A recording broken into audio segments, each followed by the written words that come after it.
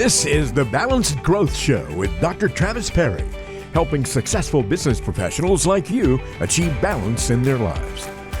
Welcome to another episode of the Balanced Growth Show. I'm your host, Dr. Travis Perry. Today we have with us Billy Anderson. Billy is an international speaker, executive coach, and author of the book, Your Comfort Zone is Killing You. Previously, Billy was an advertising manager in Europe and Canada, a fundraising director for UNICEF, an apple picker in New Zealand, and a sugarcane farmer in Costa Rica. He also spent 10 years leading wilderness trips for Outward Bound. Billy continually steps out of his comfort zone in order to test his courage.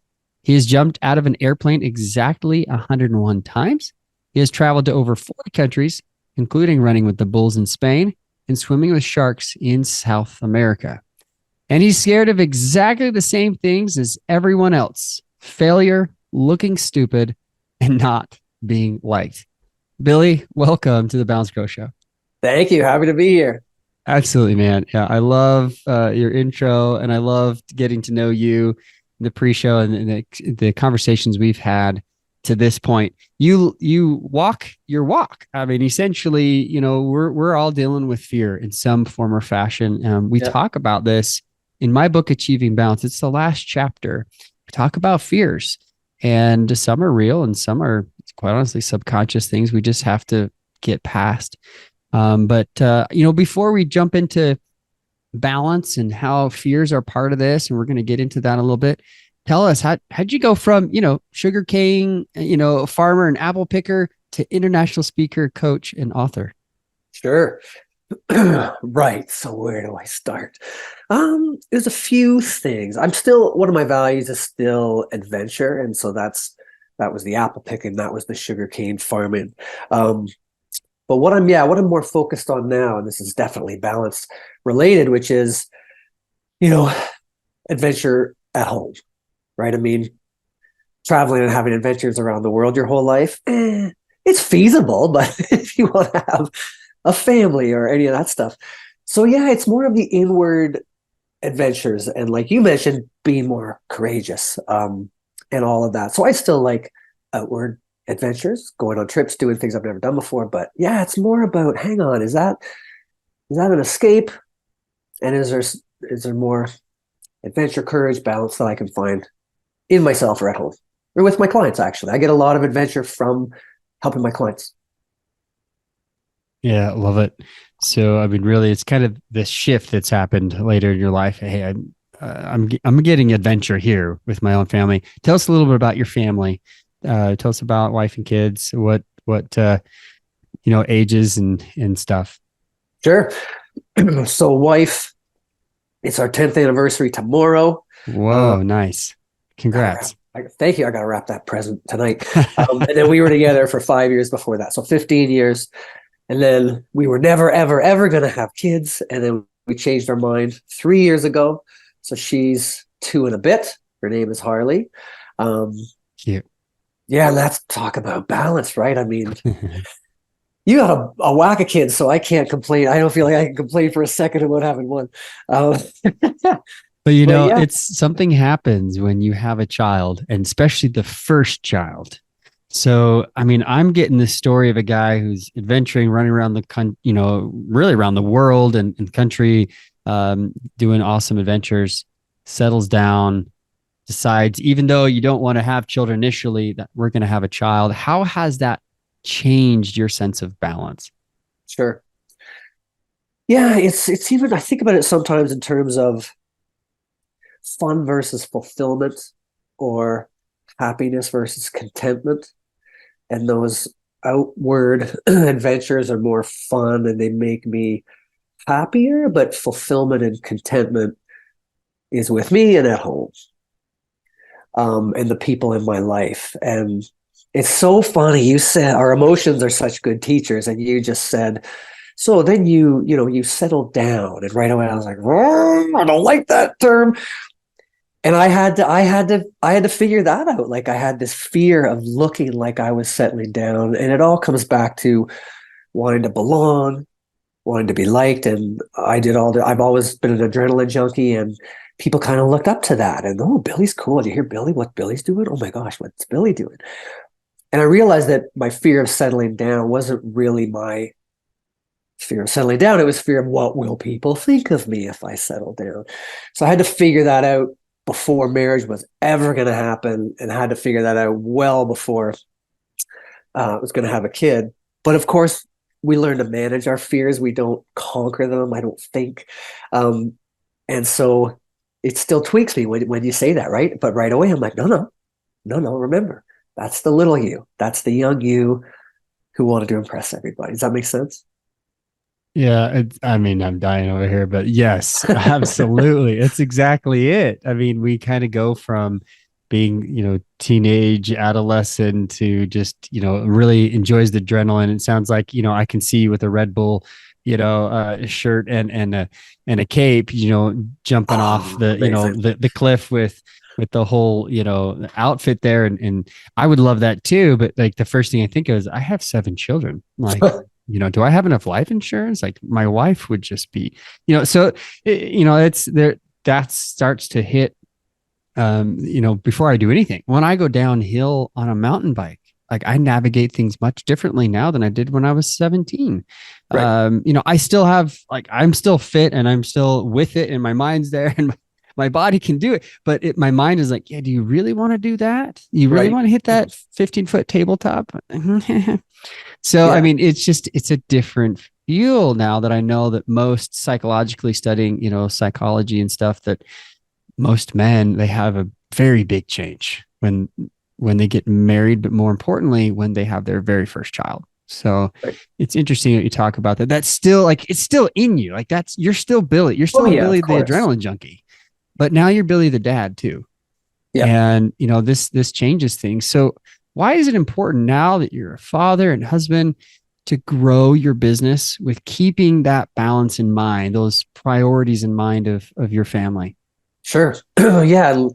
Like always, I'll interpret growth the way I feel like it because I'm your guest. So growth for me is the traditional, maybe growing my revenue, but it's also growing it so that my work fits even better. So for me to show up and be a great husband and a great dad, even a decent dad, it really helps to have other stuff in your life going well, right? Because you bring all that stuff back. So with work, it's like, yeah, I'd like to continue growing my revenue, so I've got some more free time for kid, family, and I want to make sure I'm saying no to everything that isn't going to light me up. Otherwise, I'll take that disappointment or lack of motivation or fulfillment home, and it shows up there.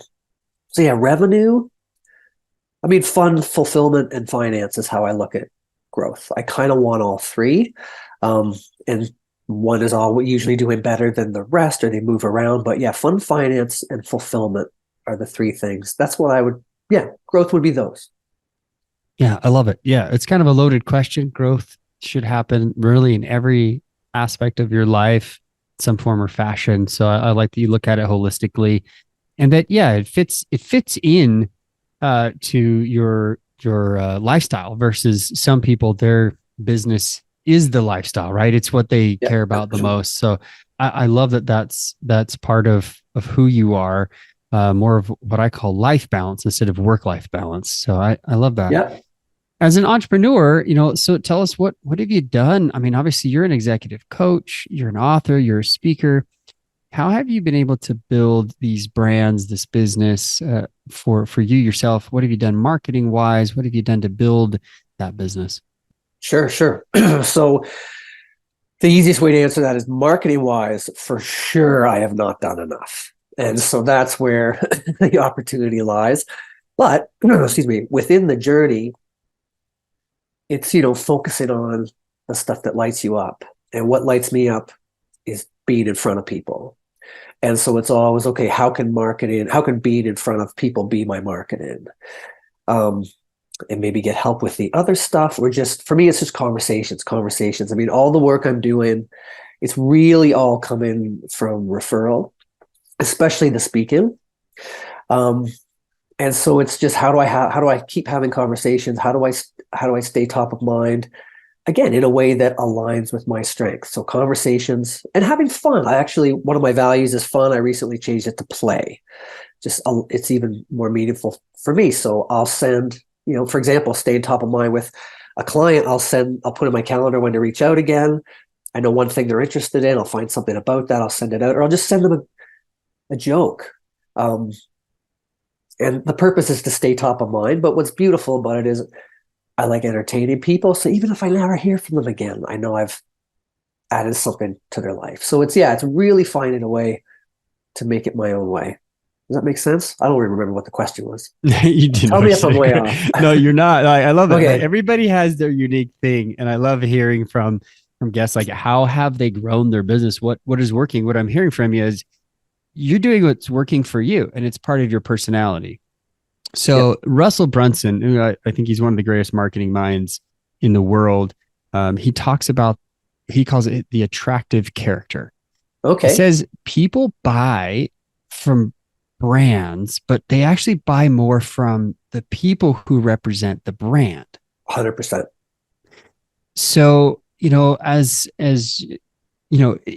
saw as you showed up, and I've seen pictures of you. We've only talked on the phone, but the mustache, like, we had this conversation about the mustache. If you're watching the video, you've got to see Billy's mustache. It's awesome. Every man is like, that is a killer mustache, but it's part of who you are. Your adventure nature is part of who you are. You're entertaining. People love that about you. We were speaking about what you like to do when you go to speak at an event, how you like to show up early and you like to be there to help out in any way you can and entertain people throughout the day. Like, that is totally your attractive character. And those who relate to that, who enjoy that about you, they're going to want you to come and speak. They're going to want you to be on your podcast, like, right now. So, this is how this works. So what you're saying to me is that, anything that gets you in front of an audience where you can entertain, that is your marketing. Yeah. And it speaks for yourself. So, somebody out there who is trying to, let's say, take their attractive character and whether it's entertaining or fun or not, whatever it is, but they are trying to do, copy Russell Brunson or copy Billy or copy anyone. I honestly think they are doing themselves a disservice. Right. Because when other people show up, they're gonna be like, that's not the guy that I saw. It's incongruent with their nature. So talk to me a little bit about that. Like, that's important to you. Talk to me why that has just been so natural for you. Sure. Oh, it hasn't been natural. It's taken a long time to figure out. People can just tell when you're not being authentic, and they won't process it. They'll just get a feeling like, this person isn't for me, or I don't trust this person. And so, the more authentic we're being, the more we'll be trusted. But it took me a long time, and the mustache is a great example. So I've always been a bit of an entertainer as a kid, and then however you get attention as a kid, you latch onto that and never let it go, and sometimes do it too much because you just want to be liked. So one sort of limiting belief I have is that I'm too goofy. I got to be more serious. I got to be more corporate. And so part of this mustache is like, no, this is who I am. And when I wake up the morning of every keynote I do, I wake up, shower, look in the mirror, and that voice in my head says, maybe today you should shave the mustache. And that's just that inner limiting belief that people won't take me seriously. But it's like, no, this is who I am. And like you said, when we're showing up authentically, people just trust us more. How long does it take to become truly authentic or even know what that is? That never ends. And that took me a long time to figure out, because I thought I had to be more quote unquote corporate. That makes sense. Yeah. You're the fear or the overcoming or dealing with fear guy. So it's really, I really appreciate you mentioning this, because it makes you even more authentic just talking about it, that you want to shave your mustache. And I got on this morning, like, dang, that's a killer mustache. And, it's so interesting to me that even though, like, I talk about balance, I struggle with balance every day. Like, you talk about fear, there's still those things that you're trying to deal with, even though you're helping other people. And I don't think that that's hypocrisy. I just think it's because we're human and we're in a state of trying to deal with the constant barrage of psychological messages that we get. So Yeah. let's talk about this for a second, though, because I think Yeah. you have some wisdom here that we all can learn from. Let's talk about inner fears and limiting beliefs. So you don't shave the mustache. How do you get past that? How do you tell yourself, or is it just telling yourself? Is there action involved? What is it that you do to help get past these limiting beliefs that could keep you from growing your business and keeping great balance? Right. Love it. It's so important. So we've all got that inner voice that anytime we step out of our comfort zone or even contemplate stepping out of our comfort zone, it starts chirping. The most common things I've heard my clients say is it says, you're not smart enough. You don't belong here. You're a fake. People can see through it. Your opinion doesn't matter. People don't want you around. So and that is partly evolution that just wants us to not take risks, but it's also our childhood. And so figuring out our childhood, even if we've had trauma is relative. And so even if we've had a really great childhood, we've still got some limiting beliefs about that. And it's figuring out what those are. And it's rooted in what kind of kid did I think I had to be to get both of my parents to love and respect me? And then we kind of never let that go. And that becomes our biggest limiting belief. And mine is, you're too selfish. You can't be trusted. And so even just doing a talk and talking about myself, or looking with this mustache, or wearing my Superman belt buckle for a talk, it's like, you're making it all about you. Stop doing it. So what I do is I have a talk with that voice. And so my voice, I call it Bill, because I went by Bill until I was 30. And then I was like, forget it. I'm a Billy. I'm doing Billy. So I say to that voice, I'm like, hey, Bill, what are you trying to tell me? Okay, you're telling me I look kind of silly, or maybe they won't trust what I'm saying because I look silly. It's like, no, I've done this. This is my expertise. Thank you for your input. I'm going to go ahead and do this.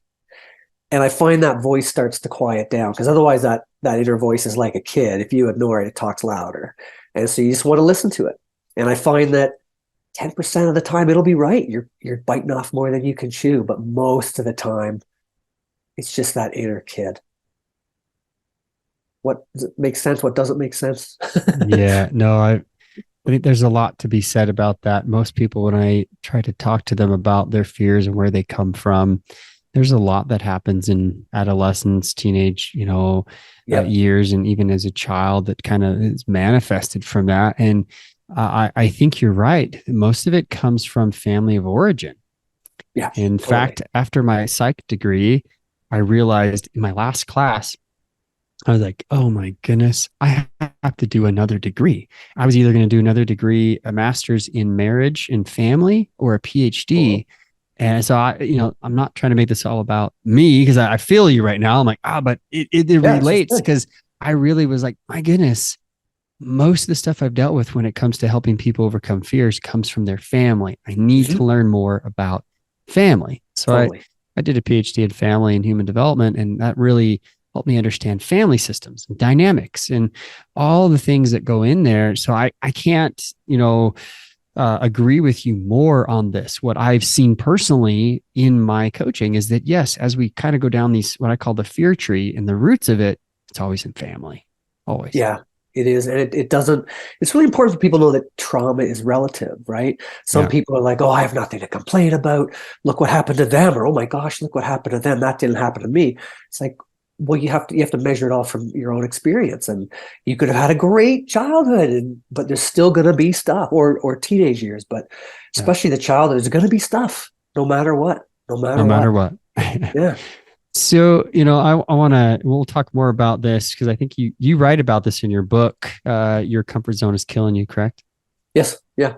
So where can people get that? If they're like, oh, I want to know more about this. I want to hear. I like Billy's attractive character, even if you don't like his mustache. Like, yeah, that's okay. You can still get the book. Where can they go to get that, by the way? Yeah, so it's on Amazon. That's the place to get it. So Your Comfort Zone is Killing You. And I tell everybody that if you read my book, you don't have to. If you read the whole thing, then you have any questions, you message me. And so I get questions every once in a while. I had one person in Holland, in the Middle East. He wrote me and he's like, hey, I did a flow chart of how the book read for me. I'm like, this is amazing. Anyway, Amazon, And any questions, or even if something doesn't make sense, or if a reader disagrees with what I'm saying, send me an email and we'll start chatting. Love that Great. stuff. Great. We'll throw your email in the show notes here below, but a couple last questions about this. As we're talking about fears, we're talking about overcoming. What is one of your biggest struggles while you're trying to scale and grow the business without losing your sense of balance that you've defined? Right. So what I've also learned about that childhood stuff is that whatever that biggest limiting belief is, that's what we are going to most enjoy helping other people with. So if my biggest belief is I'm too selfish, then chances are I'm not selfish enough, and I help other people put themselves first more. And so balance for me is a lot of that, having the guts to go against that limiting belief and just put myself first more, partly because then we show up better for the people we care about, right? And so that's a big thing, is that putting myself first. So if a client says, hey, can you help us with this? And we're all people pleasers, so I want to help them with this, but it's just not really what lights me up. It's just saying no. Otherwise, we get busy and the balance is gone. And always being respectful in the no, but yeah, just putting ourselves first more, aligning it with our values, my values, and then I'll show up better for everybody else. Yeah, it's so much in line with what we believe. We talk about values, and if you're making time for your highest priorities that are rooted in your values, you're going to feel aligned. Yeah. And you're going to be congruent with your authentic self, with who you really want to become. And that's, I mean, it's gospel, man. Keep preaching. I love it. It's fantastic. What do you see with other, entrepreneurs, business leaders? You're helping, you coach a lot of business leaders out there. What do you see as some of their biggest issues that they struggle with when it comes to balance and growing their businesses?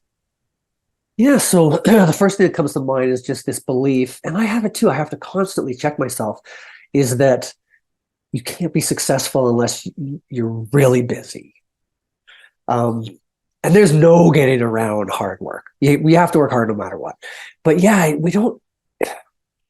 it doesn't have to be this absolute slog all the time. And I think when we have balance based in our values and our goals, we realize that maybe we don't have to be as busy as we think. And the selfish part that comes to mind too, like leaders or entrepreneurs just saying no to things that don't work. That's something that I think helps a lot. Repeat the question for me. Yeah, no, I mean, like, what do you see with entrepreneurs? I think you're doing great. Like business leaders, where do they struggle with balance and trying to grow their business at the same time? Yeah. So part of it's control, right? We're all control freaks to an extent, myself included. So delegated is massive, whether you're a corporate leader or whether you're an entrepreneur. It's like, stop doing that stuff you don't like. Hire someone else to do that. So not controlling everything. Delegated is a massive one. And asking for help. My gosh, that's my biggest opportunity, is just asking for help more. We're so scared that we're not going to look smart or we don't have it together, but we can't do much. We can't do all that much on our own. And so I'm just trying to ask for help. And yeah, that's a tough one. Because again, I want to look like, I don't need anybody. Yeah. That's a lonely life. Well, I mean, I see you doing a lot of coaching with these other leaders. And I think, company culture has a lot to do with who the leader is in the business. And if they're struggling with balance and they're like, yeah, let's have balance. So we'll give you some flex time and some OTO, and we'll put a snack machine and a pool table in, the break room, but I want you here at 4 a.m. Like the incongruence there of these leaders, I'm finding, is something that the culture really struggles with. And so as you're working with them, what would be some advice you would give to other entrepreneurs to help get past these belief systems that they have, to really focus on, okay, I can be a leader and I can have balance. What would be something on the fear, flavor that you would maybe reach out and let them, know about? Sure. So much of what I do comes, and so you as well, comes down to values. And so it's knowing what your values are, checking in on them, because that's where the balance will be. We can go through our values and, which one do I not feel aligned with this week? Well, that one. Okay, communication. How could I put communication into this week? Or this weekend, who am I going to hang out with this weekend? Well, look at my values. What's lacking? Adventure. Who's my most adventurous friend? I'm going to hang out with them. And I find that continual check-in with the values is where we see where things could be going better. And we move it from an emotion on this side of the brain into language on this side when we align it with values. So I think that's the way to go. And then if you have employees, it's figuring out what their values are and starting off every check-in meeting with which values do you feel aligned with? Which values do you not feel aligned with? So for me, that's really step one. Yeah, I absolutely love it. In fact, there's a great book, and I can't think of the exact title right now, but that talks about kind of beyond stress. And this author talks a lot about how, if we can just remember our values, remember the things that we stand for, it usually will coincide with the things that really, make the most sense to us, and we can get past the stressful situation because we focus on our values. I know a lot of people, talk about, focus on the why. Okay. It's called The Upside of Stress, Kelly McGonigal. And so as you're talking, like I'm thinking of reading her book, and I talk about values so much in mind that I'm like, that's exactly how I got here, is because of stress, because of the fears that kept holding me back. So it's interesting that all three of us, we should get together in a room sometime and chat. But happily. That we've all come to this same conclusion in different ways. It really is all about those values, staying true to them. And I honestly, Billy, I couldn't agree more. I love your advice and I appreciate your time here on the Balanced Growth Show. If anything else you would like to leave listeners with before we're done? No, I mean, I think if you haven't done it, I'd say get online and Google free values assessment. Hopefully mine will come up. We'll put that in the notes too. But even if it doesn't, I don't care. Just do your values, figure out what they are. And if you're in a romance, oh my gosh, get your partner to do their values too. And you'll be like, oh, that's why we argue. Or that's why we're together, because we align. Yeah, I'd say that. Start with the values. Yeah, I love it. And read the book. Yeah. That's exactly like Achieving Balance. We talk about this. Values is really chapter 1. Like what is it that you're living for? What are you doing in every area of life? And you're exactly right. When it comes to marriage, what I came to is that couples that have the same values will typically have the same direction. Yeah. So one of the biggest reasons why people are divorcing and actually is because once the kids are gone, there's this gray divorce where they're like, well, we don't really have anything else in common. It was just for the kids. Sure. Yeah. And we're going in separate directions. So if you can examine where your values are and keep those values aligned with each other, there's a lot greater success rates in marriage and for your future. So absolutely. You dropped some nuggets on this show today, Billy. I really appreciate you being here, for making the time to be on the show. Happy to be here, man. Happy to be part of what you're doing. It's important.